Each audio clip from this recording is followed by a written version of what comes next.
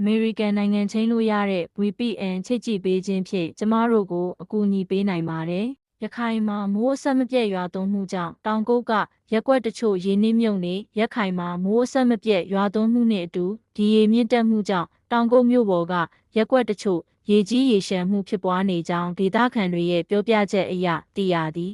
။ရခိုင်မှာမိုးအဆက်မပြတ်ရွာသွန်းမှုနှင့်အတူဒီရေမြင့်တက်မှုကြောင့်ကျောက်တော်မြို့နယ်ကကျေးရွာအချို့တွင်လည်းရေကြီးရေရှမ်းမှုဖြစ်ပွားနေကြောင်းဒေသခံတွေရဲ့ပြောပြချက်အရသိရသည်။တရက်တပင်စပားစိတ်ရွာမပြင်းကြောက်တလုံးညောင်ချောင်းစသည့်ကြောက်တော်မြောက်ဦးကားလမ်းမတစ်လျှောက်ကျေးရွာများတွင်ရေနစ်မြုပ်နေတယ်လို့ဆိုပါတယ်။လက်ရှိရေကြီးရေရှမ်းမှုဖြစ်ပွားနေသည့်ရက်ကွက်ကျေးရွာများမှဒေသခံများမှာကုန်းမြင့်ပိုင်းသို့ပြောင်းရွှေ့နေကြပြီးချက်ပြုတ်စားတောက်ရေးအခက်အခဲဖြစ်ပေါ်နေသည်ဟုသိရသည်။ရခိုင်တွင်ပြီးခဲ့သည့်မေလ26ရက်မှစ၍မိုးအဆက်မပြတ်ရွာသွန်းလျက်ရှိပြီးတောင်ကျရေနှင့်ဒီရေမြင့်တက်မှုနှင့်အတူရေကြီးမှုများဖြစ်ပေါ်နေခြင်းဖြစ်သည်။ဘင်္ဂလားပင်လယ်အော်တွင်မုတ်တုံလေအားကောင်းနေဖြင့်ရခိုင်ပြည်ပါဝင်တိုင်းနှင့်ပြည်နယ်အချို့တွင်မိုးဆက်လက်ကြီးနိုင်ကြောင်းမိုးစလကခန့်မှန်းထားသည်ပြီးခဲ့သည့်နှစ်ကလည်းရခိုင်မှာမိုးရွာသွန်းမှုနှင့်အတူကျောက်တော်မြောက်ဦးမင်းပြားပုံနာကျွန်းစသည့်မြို့နယ်အချို့တွင်ရေကြီးရေရှမ်းမှုဖြစ်မှုပေါ်ခဲ့ပြီးလူသောင်းနှင့်ချီရေဘေးသင့်ခဲ့ရသည်